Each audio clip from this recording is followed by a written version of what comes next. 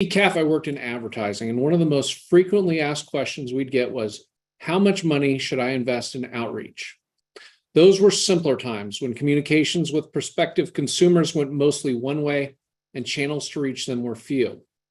Beyond the capital investment a founder needs to make in order to market and advertise their company, entrepreneurs in the veteran and military-connected community need to prioritize and develop a strategy to engage users through social media.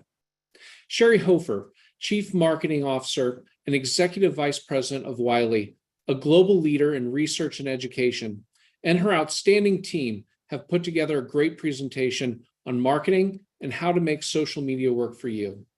Sherry is the proud spouse of a Navy veteran and is showing her loyalty today through her attire on the Navy's birthday. Happy birthday, Navy. She's joined by Vikesh Dalal and Charlotte Tompkins. Wiley was founded 215 years ago and is focused on driving forward the knowledge economy through scientific research and career-connected education. We're grateful to Team Wiley for sharing their expertise with the veterans community. Welcome to DAV's Caffeine Connect, Sherry. Thank you very much, Dan.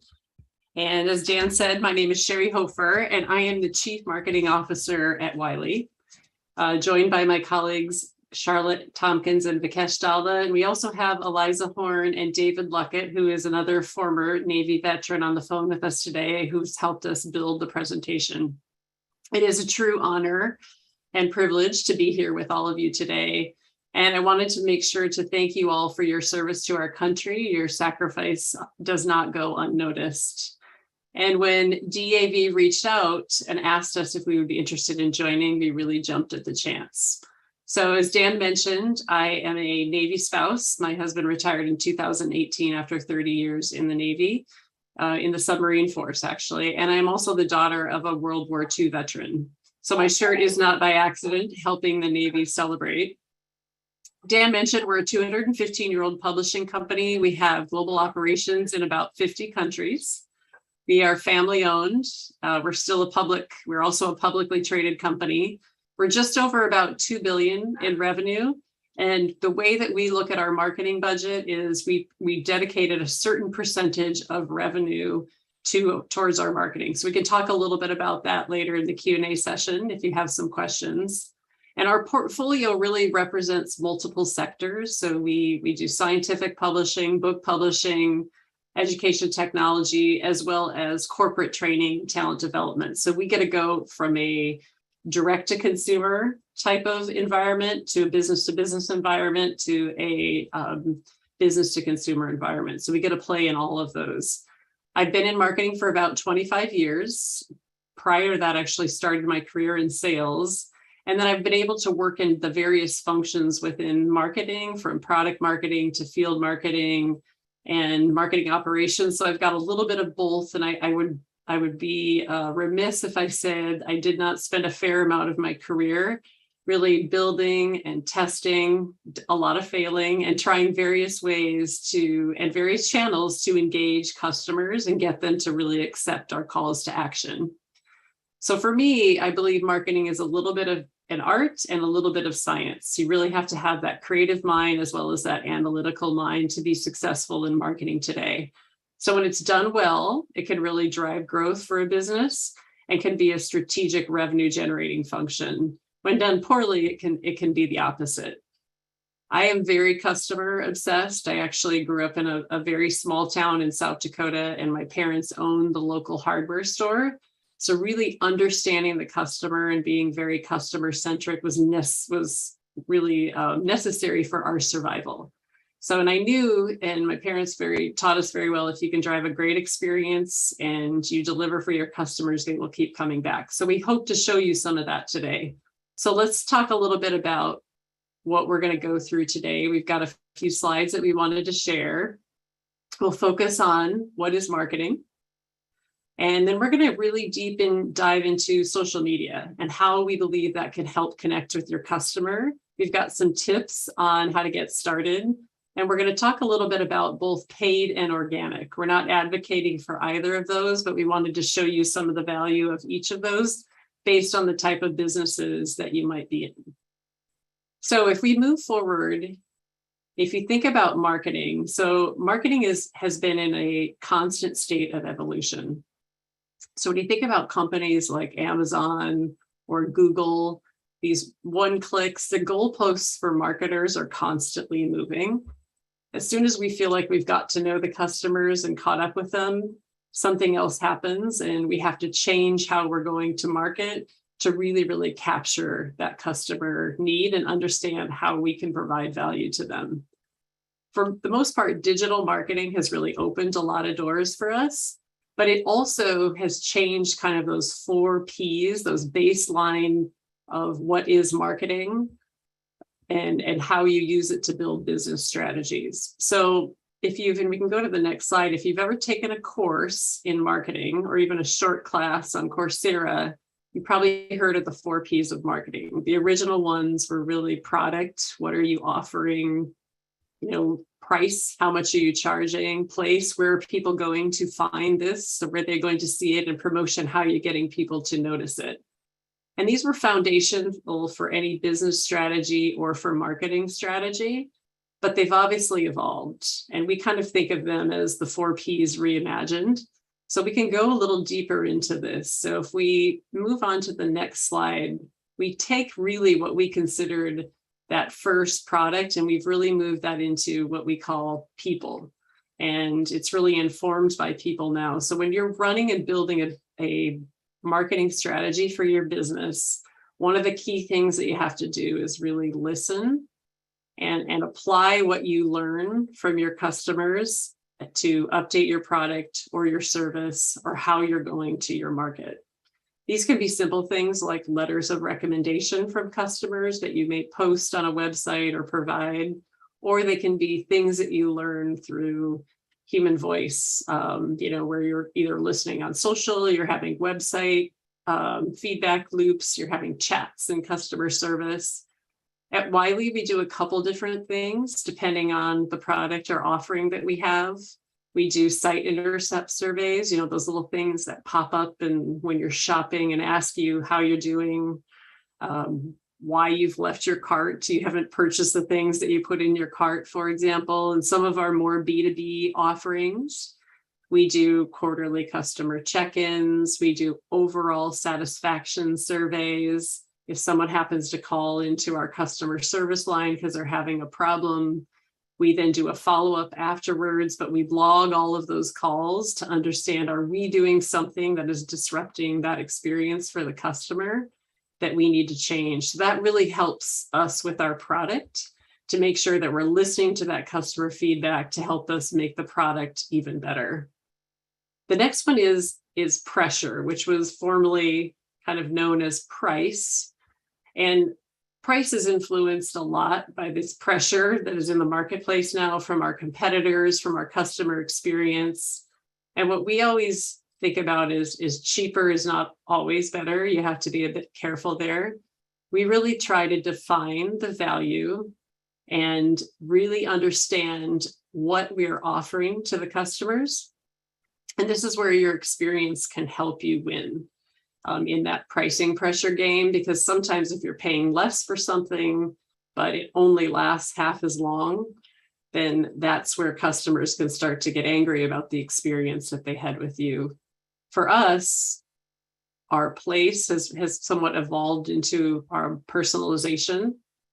And this is where customers expect us to really contextualize that user experience for them. So it's done today on devices or on geography or product interest or level of brand engagement. And this is really no different if you're selling products on Instagram or if you're showing up to someone's house for a service. The experience and that personalization is a reflection of who you are and the time that you put into those customers and what you're offering. And an example for us would be, we live in a military community, and most of the businesses that we are around offer military discounts. And it's a way of personalization, it's a way of branding, it's a conversation starter, but it makes you feel more connected to that particular service. And then the last one is promotion, which we've somewhat reimagined into purpose. And this is an interesting one because customers typically choose brands whose values align with theirs. And discounts are great, not completely enough, because that mission of the organization and the social responsibility they play is big for marketers today. So if you're out building strategies and you're putting things forward, think about all the things that your company does and make sure that you articulate those inside of the purpose that you give people for your existence. And this is no different, again, from social into a B2B environment. It is all the same. It also is different, really depending on who is the target audience for your products. So the younger your audience may skew, the more important that this becomes. So just keep that in mind, depending on what type of offering you have, or if you have a service, that whoever you're trying to attract, that is going to become very relevant. So this is how we reimagined the 4 Ps, and we brought them to life. So if we think about social media, it's one way that can help you meet your customers where they are, and you can get to know them in a more personal way. And as you know, a lot of us spend a great deal of time on social media. So I'm going to turn things over to my colleague, Charlotte, who's going to walk you through a couple ways, depending on your organization, that you can think about organic social to help you capture those customers and build out those reimagined 4 Ps to help you with your business and your marketing strategy. So Charlotte, over to you. Thanks very much, Sherry. So should we move on to the first slide? Thank you very much. So the term organic social refers to any social media action you haven't paid to promote. So it's your Instagram page, your LinkedIn page, your Facebook page, and all those free posts that you publish from there. You might have heard how social is pay to play these days, and much of that is true in terms of reach. If you want your posts to be seen by thousands and thousands of potential customers, you're probably needing to pay. But you also want to build a good organic social presence so that when people check you out, they like what they see. And by this, I mean social pages that are at their most basic level, accurately reflecting your brand in terms of logos, descriptions, that URL link, the phone number, and have a regular flow of content and someone checking the messages in case they require a response. A well looked after organic social page is an important tool to build followers, connect and engage with your community, promote your brand, and establish trust and credibility. So let's move on to the next slide. So let's look at this through the lens of the classic sales funnel. The sales funnel is a great way of looking at the overall sales process.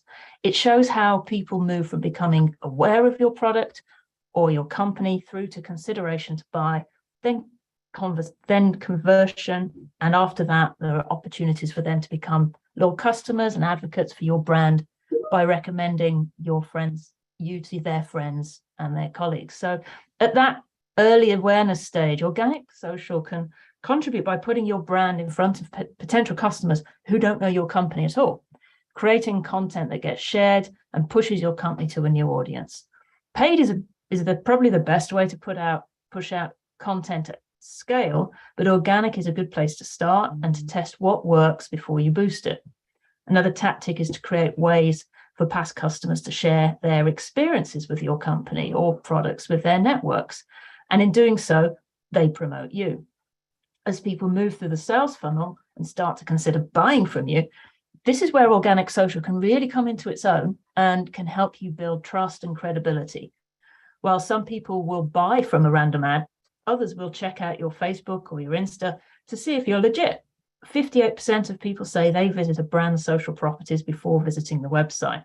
So in a way, your organic social pages are like your shop front.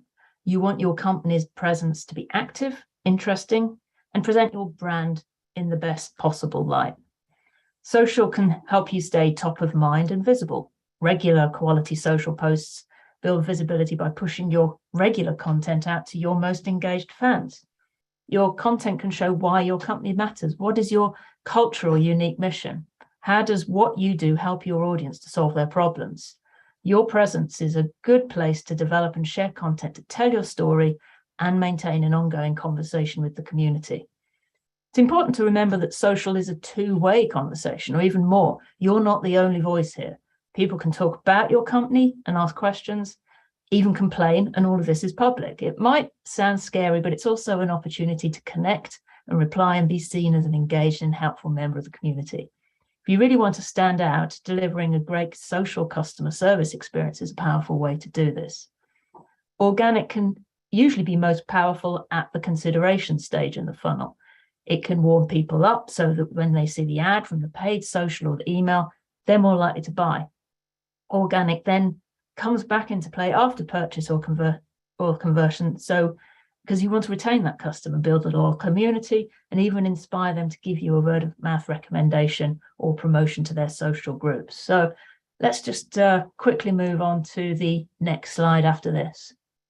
Great. So 5 steps to start your organic social. How do you start? Well, you start off by analyzing your current organic social presence. Does it look as good as it could be? Is there anything outdated or needs cleaning up? You want to make it easy for customers to find you on social. And if you're on multiple social media platforms, use the same account name on all of them to make it easy for people to find you anywhere. Link to your social media pages from your website. This way, your website visitors can check out your organic social media posts and interact with them. Are you active on all social channels where you have a presence? If not, close down the pages that are inactive. Dead social accounts can look worse than not being there at all. And there's always that risk if customers post comments or questions and you miss them, they think you're ignoring them. Take a good look at your posts. What works, what doesn't. Stop doing the stuff that has got no impact and refocus your efforts on what might work better. Get some ideas by looking at what your competitors are doing or other people in the same space. See what works for them, while at the same time thinking, how can you carve out your own unique space and differentiate? Think about your goals. What do you want to accomplish with the social media presence? List the primary objectives for how social will support your marketing goals. Don't overthink this, but setting your goals means that you can plan your measurement and you have a clearer idea what you want to measure. Then think like your customer. Who are they? What are their needs? How can you help solve them? What content are they already engaging with? It's important to have a sense of the kind of social platforms they're using. How do you find this out? Well, you could ask them. If your business is face-to-face, that's fairly straightforward. If not, you might want to send an email or a survey. Search the different social platforms for keywords and conversation relevant to your company or location to see what content and conversations happening there. Look at the social platform user demographics data to match these to your customers. Once you identify the social platforms where they are, you can decide which platforms you want to pour your efforts into. Then you want to plan your content, and a content calendar is a great way to plan ahead. It gives you an overview of what you'll be posting, helping you to create a cohesive strategy and identify content gaps. Your content calendar can also help you with balancing your content every month, so you're not over posting one type of content. And when I say content calendar, I'm talking something as simple as an Excel spreadsheet. Think about how frequently you can post and try to stick to that. Social platforms favor regular, consistent content rather than infrequent bursts. As a rule of thumb, 2 to 3 posts a week is a good place to start. Think about what content you have available that you could repurpose, such as reviews, blog, video. Are customers creating content around your company already? Is there a way to encourage more of this? Sharing user-generated content around your brand can be a good way to encourage or get authentic word-of-mouth recommendations for your business. Think about what other opportunities might come up for you on the day-to-day that could be turned into regular photos or videos. And so use your calendar to plan ahead and stay relevant. Prepare for seasonal or holiday posts, for example. You might want to, on Mother's Day weekend with a heartwarming Instagram reel or image, or promote your Father's Day sale when the occasion comes around. Overall, keep your content around 80% informational, entertaining, or educational, and save those promotional posts to not more than 20%. Think like a social media user, which most of us are. Most of us appreciate brands that share helpful posts. So when it's time to think of a solution to their problem or their needs, you'll remember that brand that educated you, made you smile, or made you laugh. And then thinking about engaging and connecting, one huge opportunity with organic social is the ability it offers to have real conversations. Join groups, communities, and other conversations where your customers hang out. For example, if you're focusing on growing your business within the local neighborhood or region, then Facebook groups and other local spaces like this can be a really good opportunity. Use them to listen, build insights, and also join in where appropriate to be helpful and share ideas and solutions. Don't do any hard selling here, because that's just going to scare people away, but instead use social communities to establish your credibility, your expertise, and build people's trust in your business or brand. You can also ask your audience questions and use polls as part of your own page content mix to trigger direct connections with your audience. And then finally, don't forget to measure and evaluate your organic social media post performance. The metrics will depend on what you're trying to achieve, but in general, they can fall into brand awareness, brand engagement, and content consumption. So brand awareness, that's likes, favorites, saves, shares. These are all indicators of whether your content is working or not. Content consumption, that's link clicks, video views, and be aware that many platforms count a video view at 2 seconds, which is actually pretty low. Look for quality metrics like 10 seconds watched. As you look at your best performing posts, you want to ask questions like, what topics were the audience interested in? What type of content did they consume more of? Which social media posts led to the most number of visitors to your website? By evaluating your organic social strategy's monthly performance, you'll find out which topics resonate well. You'll also discover your customers' concerns, pain points, and attitudes towards your brand. And these insights can help you plan your next organic social media content calendar, and they let you know more about your customers. So that's about it for organic social. I think I pass the baton now over to Vikesh for paid. Great. Thank you, Charlotte. What an amazing overview.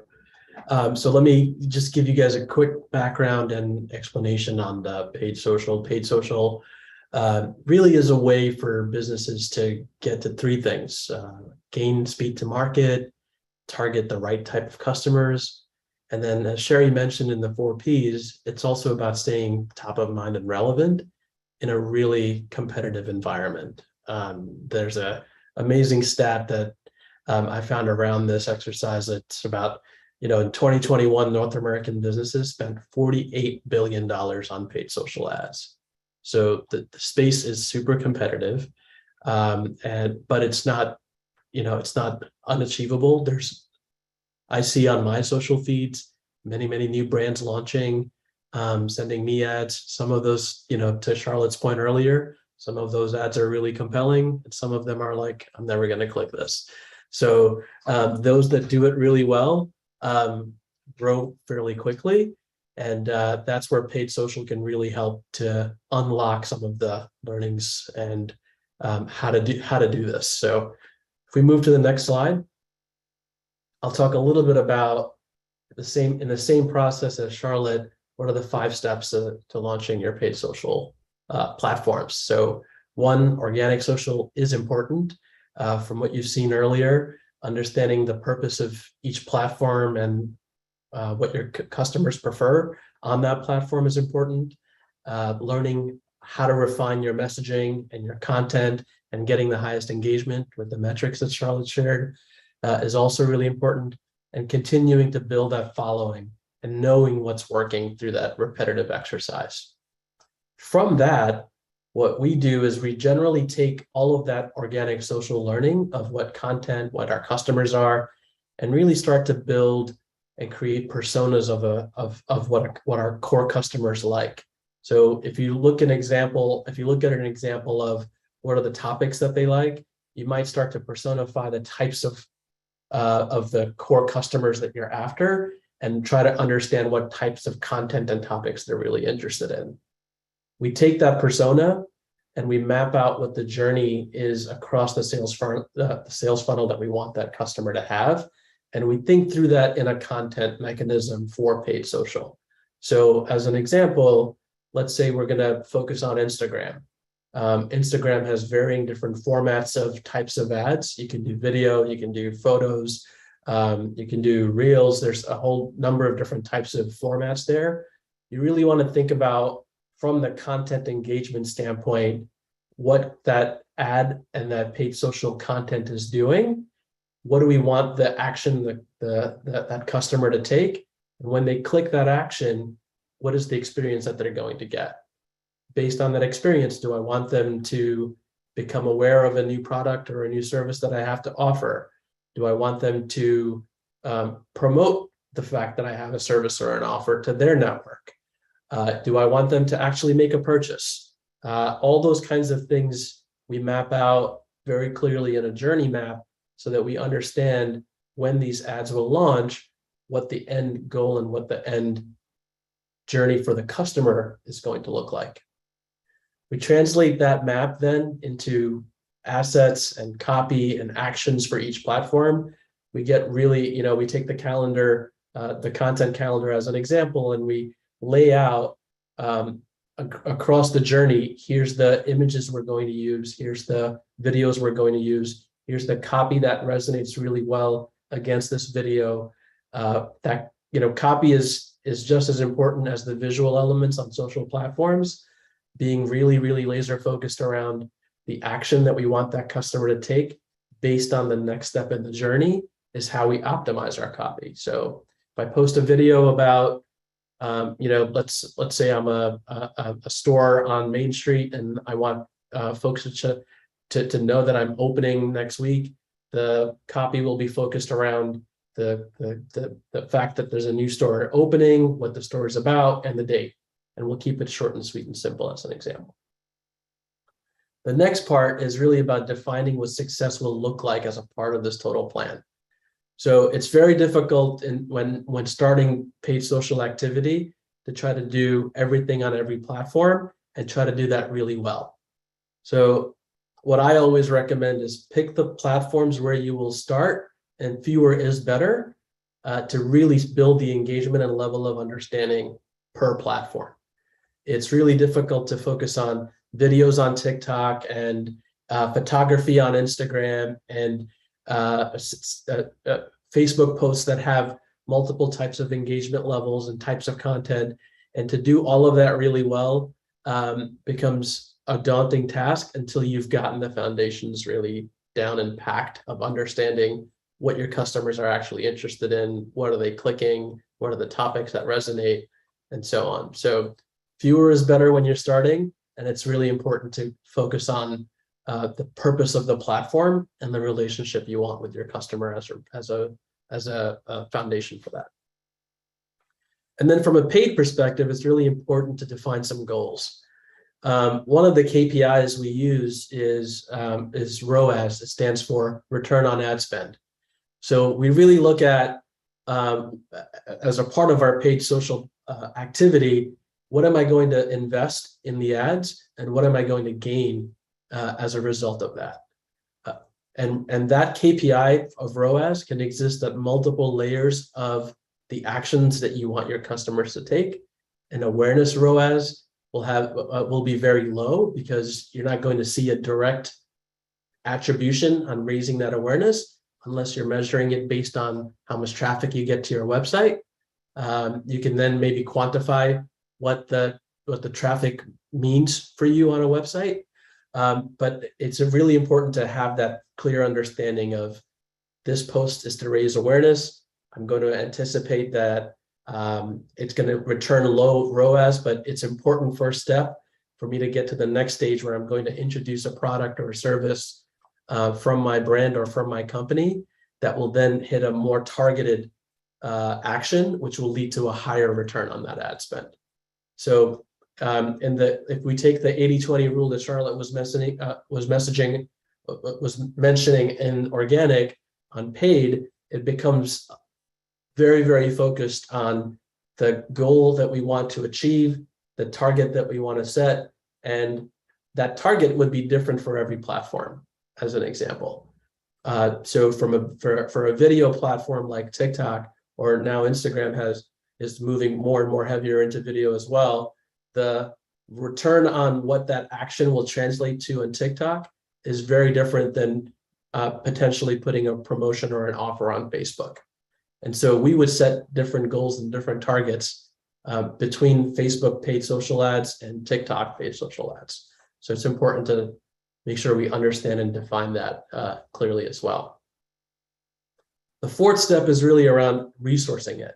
So once you've got steps 1, 2, and 3 started to crystallize, it's about putting an action plan in place. It's about pulling the team together who's going to work on this. Does not require a big team, but it does require focus, and it does require constant monitoring. There are lots and lots of learnings to be gained every day that your ads are out there on the platforms. And a good paid social media marketer is constantly optimizing and adjusting. These are not leave it and forget it types of ads. You're looking to see, is the copy resonating? Is the content or the images or the video, is the view through high? Are they, are the videos being watched for 6 seconds or 15 seconds? All of those things start to play into what this team will do and how they'll sort of optimize across all of your different ads. Secondly, it's about defining a budget that you're going to spend. I'm a big fan of testing before investing heavier. And I always look at invest small, take some learnings, and then scale bigger and bigger as you know what's going to work and what's going to perform well. So as we enter new platforms, we sort of dip our toe with smaller budget investments to get key learnings out of our paid social platforms. If we went full-fledged on TikTok as an example, and we spent thousands of dollars or if not millions of dollars in that platform, we might walk away with a number of different learnings, but they also came at a really, really huge expense for us to be able to invest again. So at that scale, it's very important to identify, where do I want to start? What do I want to learn? What does a good learning look like based on the success metrics that I've defined for my advertising spend and the goals that I've set, and then being able to have and that's the last step, is have a frequent check-in on that plan. That could be daily, that could be weekly, that could be monthly, based on step 3 and how you've started to define what success looks like. And then finally, I hope what you're taking away from this is that this is an iterative process. We are constantly sort of ideating and optimizing. We're prioritizing where we're going to invest, taking our testings, analyzing the results of those tests, and then feeding those into new ideas. It's very easy on these platforms to get lost in ensuring that you're doing everything right by the platform. But when it comes to paid, I really want the platform to work for me. I'm not here to work for the platform. So I really go and look after, does the platform give me the return that I need? Does it engage with the right type of audience? Does it give me the scale in the business, in the business results that I'm after? And then continuously feeding that loop based on that, based on the learnings I gather from that platform. So I think that's it. That's the overall 5-step paid social plan. There's a lot more in that, and I look forward to questions if you have them. Great, thank you so much, Margo. So this is a quick case study that we wanted to share with all of you on a friend of mine, actually, who started a business called Margo's Morsels. So small business, and she started it during the pandemic. It's a business to consumer business. And it started because, oddly enough, her husband loves to bake bread. And so there's only 2 of them at home, and they would have this excessive amount of bread left over. So she thought of, why don't we figure out a way to take this bread and use it and sell it and make it into some tasty morsels. And then it just started evolving into this huge business. So she launched it both in stores, in select retail stores, as well as online.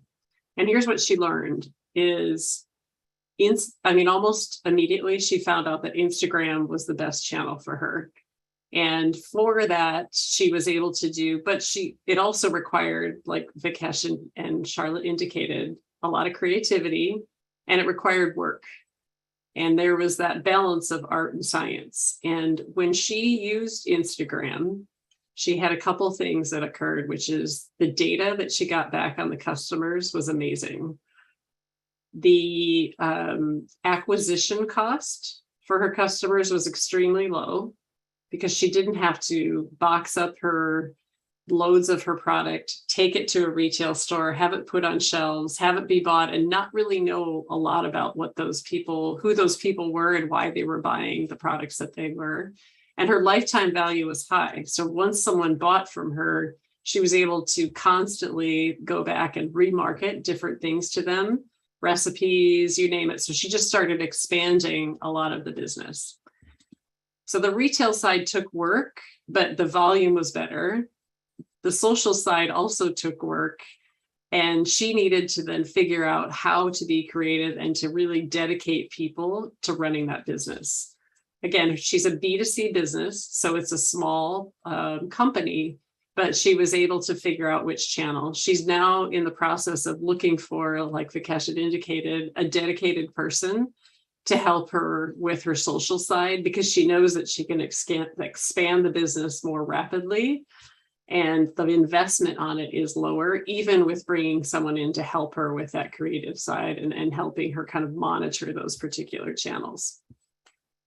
And she did throw in, I told her we were doing this presentation today, so if anyone's interested, she did add a discount code in there, VETS15, if anyone wants to go and check them out on Instagram. They also have a presence, a website. She mentioned to us, though, that overall, the Facebook piece has not worked well for them. So they're really focusing their efforts on Instagram. So I think there's a couple key things we'll wrap up with before we go to Q&A.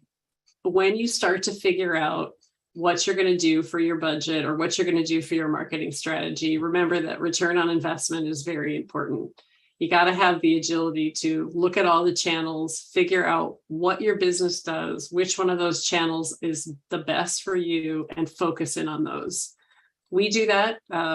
Charlotte and both Vikesh talked about different tactics. We do sometimes what we call 10-10-80, where 10% goes to one channel, 10% to another, and double down on the 80%. And that helps us, like Vikesh mentioned, understand where we should be spending our money. About 75-ish or so percent of our budget today goes to digital. Part of that is a result of the pandemic. I mean, obviously during the pandemic, everything that we did went digital. We had a lot of face-to-face events and presences that we used to do. We had to stop a lot of that and really figure out how to keep our customers happy, but do it in a digital sense. We've maintained some of that and we've continued on the digital side. But those 4 Ps that we talked about way at the beginning are very, very important for us to help us understand, are we reaching our customers in the ways that they want to be reached? And is it effective? So that people, the pressure, the personalization, and the purpose have really become essential for us to make sure that we're spending our money in the right ways to drive our business forward. So with that, Dan, I will turn over back to you to see if there is any questions that anyone might have for us. Thank you so much, Sherry. We actually do have a question already. I'll turn it over to Pete, and Pete might not be aware, but you did a rebranding for Wiley, so this might be a good question for you. Go ahead, Pete. First off, thank you so much for the excellent presentation. Everybody did a phenomenal job, and the content was so meaty. I mean, there was so much on each of those slides. But I wanted to follow up, since I'm very familiar with Wiley, a phenomenal company. I would love to hear how you use organic and paid social to promote your books. I mean, I would love to see an example, especially the idea of return on ad spend, how that works to generate revenue and profitability for your company. Thank you so much. I think that sounds like a great one for Vikesh. And I saw he's already off mute. Yeah, I could take a stab at that. Good question, Pete. So obviously for us as Wiley, we do way more than books. Majority of our book sales have multiple different types of customers, right? So if I were to take a very direct to consumer and e-commerce view, a lot of that return on ad spend on social comes through students buying textbooks, as an example, for their back to school time seasons. And we generally look for anywhere from at least a minimum of 2x to a 4x ROAS. So if I put $1 in, I get $2 back out, or if I put in $1 in and I get $4 back out, is like the benchmarks that we set across that. And that's achieved through multiple platforms. So it's really based on the, we'll get very, very tactical here, but I'll try to keep it high level, but it's really based on the discipline, the student, the geography, all of those things start to weigh in on what our overall return on ad spend should be.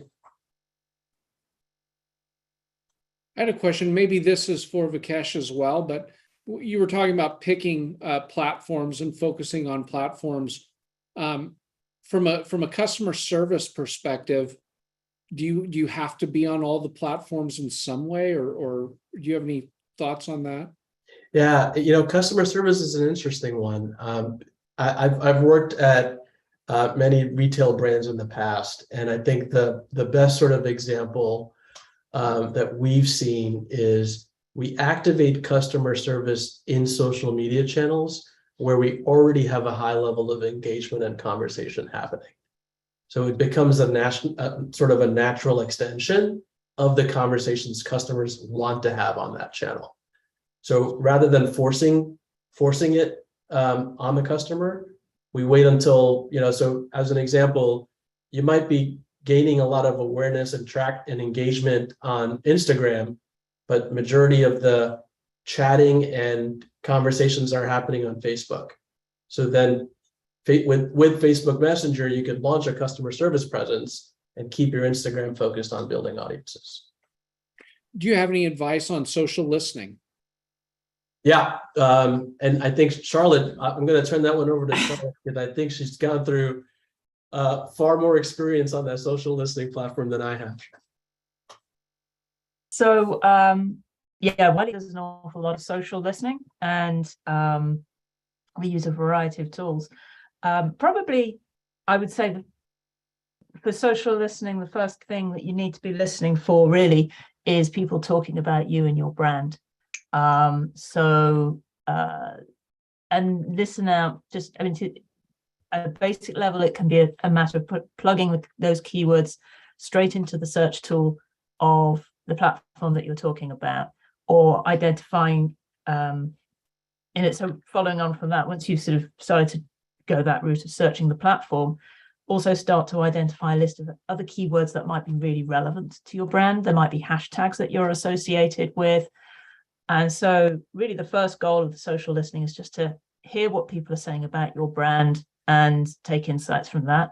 Then you might choose to widen it to other business critical topics that people might be talking about that might influence the success of your company.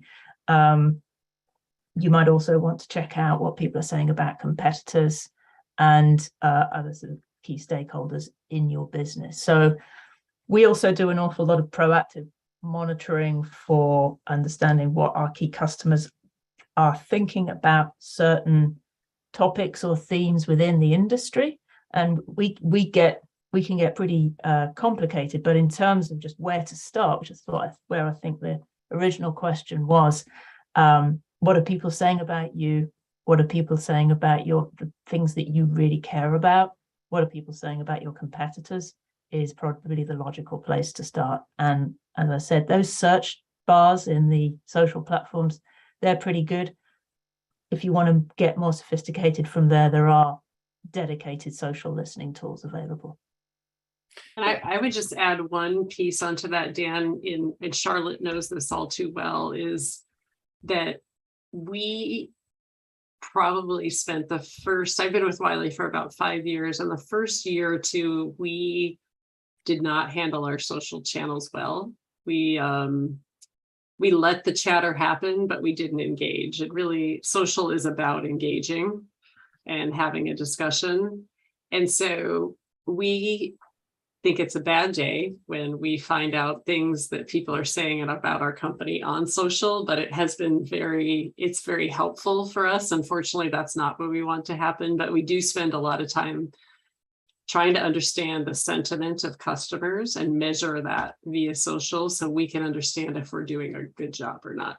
So we now are very active and try to keep that dialogue going so that people can see that Wiley actually does have a real face and we are willing to respond and engage in discussions with people. Do you have any advice on how you do that? Because every company has promoters and detractors. Do you have any advice on engagement that will be productive? And or what do you do if there's customers who are, they're never going to be happy with what you're doing? Yeah, I think our general rule of thumb for engaging is engage where we know that we can add value to the conversation. And sometimes we can, hopefully most of the times we can, sometimes we can't. And it's important to be aware, particularly when it's a large company, that once you do start to engage, if you do join that conversation, it's difficult to then just disappear and back out. So be mindful that if people are just, it depends on, if you can't add value to the conversation, if you can't solve the thing that they're complaining about on social media, or at least reply with something that lays out concrete actions that can and will be taken, that's when you probably need to consider whether you are going to join the conversation at all, because your involvement in itself can cause a conversation to snowball. However, if you can reply, add value, and directly answer the question that is being asked, that can be very powerful in diffusing the situation.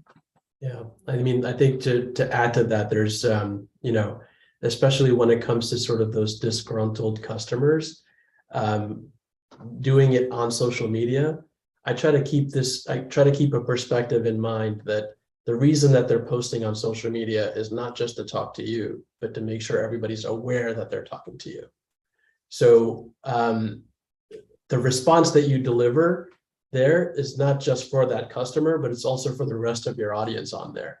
So if it is a very, disgruntled thing that they've posted on, what I've always advised is direct them to the right channel to have that conversation immediately on social media. So, hey, this would be a great topic. We're sorry you're having this issue. We'd love to help you with this. Please contact us here, or direct message us there, or call, or email us here.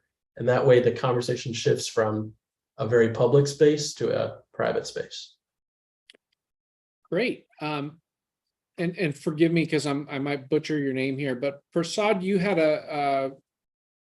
help me with your name, please. But you had a question how you invest in social networking and paid. Sure. Yes. Thank you very much. Thank you guys for coming on here and providing this excellent presentation.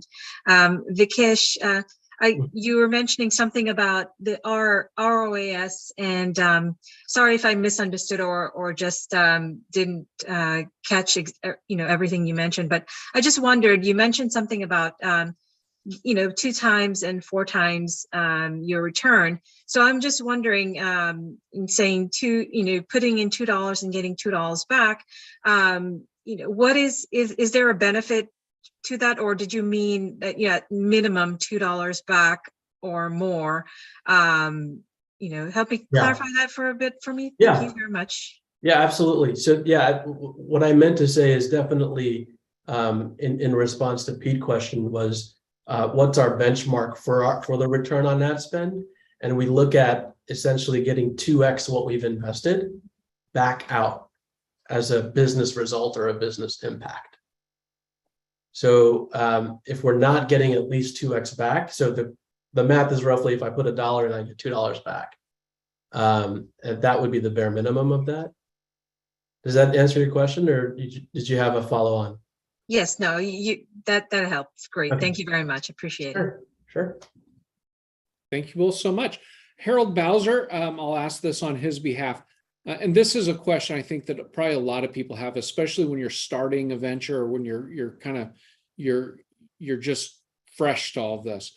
How many hours a week is a good amount to maintain all this media work, excluding the amount of time required to build content? Okay, so you're right. It's sort of how long is a piece of string, but we've all got day jobs and other things to be getting on with, right?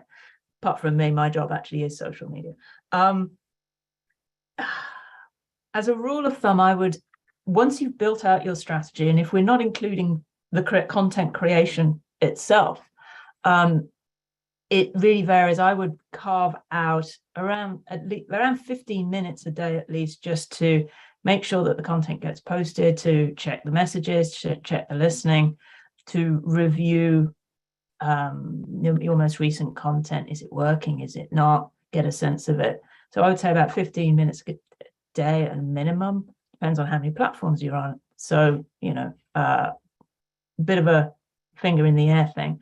In addition, I would recommend just on a monthly basis taking a good look at those analytics, as we sort of covered in the previous session. So a little bit of extra time on top for that. But really, it's a pretty open-ended thing. But 15 minutes, half an hour, I would say. Don't try not to let it take you down that rabbit hole, which is all too easy. Thank you. I think if I can add to that one, any more perspective for you, Harold, is to keep it in perspective of the rest of the strategy around the business, right? So is it part of the social media thing? So in Sherry's example with Margot's Morsel, it became an all sort of obsessive thing because the platform started to grow on its own for that business, and it required more attention and focus. So the net output of that was a huge benefit for her. So that's the thing. If it starts to be successful, you'll want to invest a lot more than 15 minutes. But just to get yourself up and running, you're busy people. You've got a lot of other things to be juggling as well. Great. Prasad, you had a follow-up question. Yes, thank you very much. I actually have two. Just wondered if you guys have any suggestions or recommendations on tools that you think might be the best to assist in these organic and paid social media processes. And two, are there any tips that you can provide to analyze the organic and paid data that comes back, or that we can sift through in order to start our planning process on the types of content and the types of strategies that we actually would need to use moving forward once we get that data? Thank you. Okay, I can quickly jump in on the organic side. So what you want for organic is a tool that helps you schedule content ahead, so you can have a bit of downtime and get on with things. At Wiley, we use a tool called Hootsuite. It's one of the market-leading social media management tools. I think there is still a free version. The more you pay, the more you get, but I think there is still a free version of Hootsuite. Competitors include other tools like Sprout Social as well. But if you Google social media management tool, Hootsuite, Sprout Social, something like that. And then in terms of analyzing the data on the organic side, as I said in the presentation, it kind of connects on what you're trying to, it links back to what you're ultimately using organic social media for. But once you've identified what the main metrics, the main KPIs that you want to focus on. So for example, if you're using social to drive traffic, you want to be looking at that link click data in the social tool, or if you're wanting it to build brand visibility and awareness, you're wanting to see the kind of content consumption metrics. What I tend to do is literally export the data and sort it into Excel and look at the posts that come out top. Which are the ones that people are watching more of? Which are the posts that people are engaging more of? And from that, look at from looking at those top performing posts, start to get some idea of themes or insights as to what do they have in common, what's going on here. That's really the starting point for looking at your data and seeing what content is successful and what content isn't. Maybe there's a consistent theme. Maybe there's a particular type of post. For example, in the case study that Shari shared, they might have found that recipes did really well, or they might have found that other types of content did really well. So it's look at the data, see what it tells you that is performing well. Vikesh, what have you got to add for paid? No, that's perfect. I was going to say the same. Excel and Google Sheets is your best friend when it comes to analyzing data. Prasad, did you have a follow-up? No, it answered both. I think, and that was actually great feedback. Looking at the data, seeing the type of content consumption, looking at, what posts people are actually engaging more with, getting an idea of what they have in common. Is there a consistent theme? Which content did well?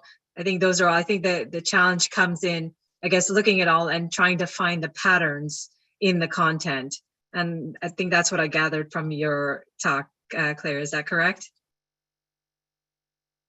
I think so. Yeah, excellent.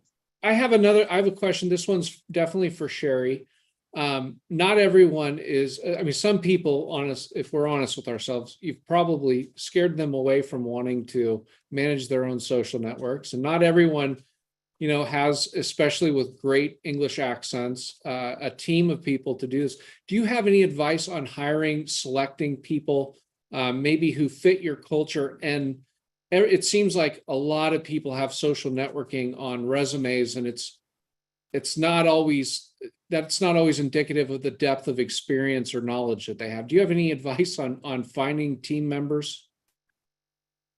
Yeah, and it depends. It's interesting that you asked that, because our organic team and our paid team, even though they're both on social, are completely different, right? And so our organic team is that's Charlotte. They're very thoughtful. They put a lot of content together. They are both creative teams, but they're going after different things, right? So I think you've got to really understand what your goal is so you can find the right person. The paid team has a little bit more of a sales angle, right? Like they're driven to make sure that they are putting up content that people are engaging with, and they're achieving the ROI, and they're kind of driven by that piece of it, right? So they love moving things around. They love taking, like Vikesh said, watching the dollars. If something's not working, they pull out and try a new tactic immediately, because they're really driven by that. So that's really what you have to look for, is what's the goal of the organization. And when I was talking to my friend Margot about this, she's looking for someone, she knows that she can double down on that channel. So she's looking for somebody who's got a little more of a paid spin, who is creative, who will help her continue to build the business online. She only needs about 20 hours a week, but that's what she's looking for, is somebody who's got a more of a sales angle, that's a little more driven for her KPIs, because she really wants to use it as a channel for her business. So I hope that helps. That we really look for a different type of person depending on which team that they're going to go on. Well, thank you. Thank you all so much for your time. I'm going to have to wrap things up right now. I want to thank Wiley for sharing her expertise on the Navy's birthday to do something so patriotic and help all these veteranpreneurs. It's very appreciated. I want to thank everyone for tuning in. Happy birthday, U.S. Navy. Just to let everyone know, we have a new Patriot Bootcamp event coming up next week at DAV National Headquarters. We're going to have about 50 entrepreneurs here. So we're thrilled about that. And if you want to participate in future events, please visit patriotbootcamp.org and sign up there to get notifications. Thank you so much, Wiley. Thanks, everyone. Happy birthday, Navy, and we'll see you on the next DAV Caffeine Connect. Thank you all.